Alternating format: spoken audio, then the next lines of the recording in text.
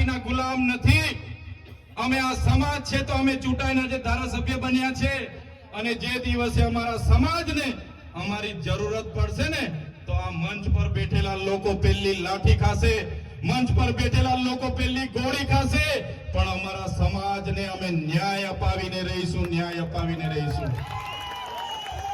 જે પ્રકારે પાડળિયામાં આદિવાસી સમાજના 12 ગામ ઉઠાડવા માટે પોલીસ અને જંગલ ખાતું ગયું અને ત્યાંના અમારા આગેવાનો એક થયા અને પાડલિયાના લોકોએ આદિવાસીનો પરચો બતાવ્યો, એ જ પ્રમાણે આવનારા દિવસોમાં જો અમારા આંબા ડુંગર અને આજુબાજુના 28 ગામ અને અમારા હાઇડ્રો પ્રોજેક્ટના નસવાડીના ગામના લોકોને જો પ્રશાસન હેરાન પરેશાન કરવામાં આવશે તો સમજી લો પાડલિયાવાડી અમે કવાંટમાં પણ કરીશું.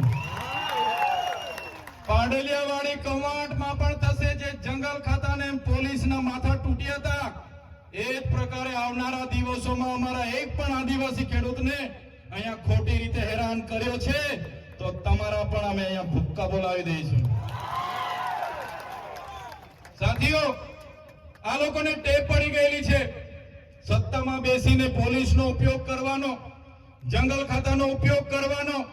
પણ આ મંચ પરથી કહેવા માંગુ છું, આજે જેટલા પણ આ કાર્યક્રમમાં પોલીસ વ્યવસ્થા માટે, કાયદો વ્યવસ્થા માટે ઉભા છે, પોલીસ માટે એકવાર જોરદાર તાળીઓ પાડી લો.